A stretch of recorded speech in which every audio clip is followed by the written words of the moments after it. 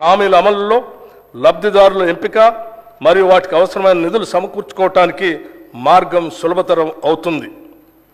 మహాలక్ష్మి పథకంలో భాగమైన ఉచిత ఆర్టీసీ బస్సు రవాణా సౌకర్యాన్ని మా ప్రభుత్వం డిసెంబర్ 9, 2023న ప్రారంభించడం జరిగింది. రాష్ట్ర మహిళలు ఈ పథకం పట్ల అత్యంత సంతృప్తి మరియు సంతోషం వ్యక్తం చేస్తున్నారు. ఈ పథకం సజావుగా సాగటానికి సకాలంలో ఆర్టీసీకి అవసరమైన నిధులు అందజేస్తున్నాం. ఇప్పటికే నెలకి 300 కోట్ల రూపాయల చొప్పున అదనపు నిధులు మంజూరు చేయటం జరిగింది. మరొక ముఖ్యమైన ప్రజా సంక్షేమ పథకం రాజీవ్ ఆరోగ్యశ్రీ.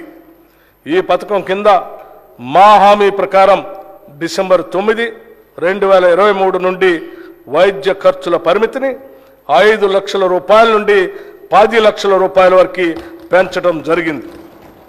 గతంలో ఆరోగ్యశ్రీ కింద చెల్లించవలసిన బకాయిలు చెల్లించనందున ఆసుపత్రుల్లో ఆరోగ్యశ్రీ సేవలు నిలిచిపోయి సామాన్య ప్రజలు తీవ్ర ఇబ్బందులు ఎదుర్కొన్నందున మా ప్రభుత్వం దీన్ని ప్రాధాన్యతగా తీసుకుని గత బకాయిలను కూడా వెంటనే విడుదల చేయటం జరిగింది.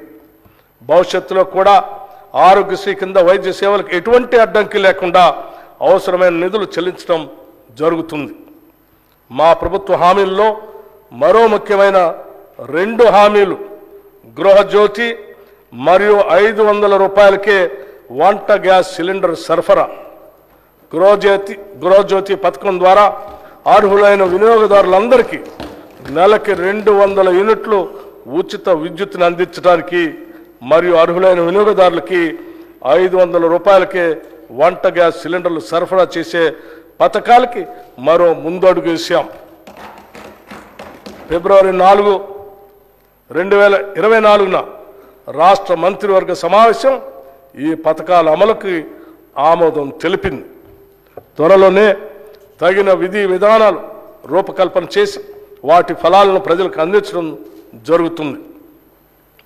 మహాలక్ష్మి, రైతు భరోసా, ఇందిరమ్మ ఇళ్ళు, చేయూత, యువ వికాసం హామీల అమలుకు మా ప్రభుత్వం చిత్తశుద్ధితో ఉంది.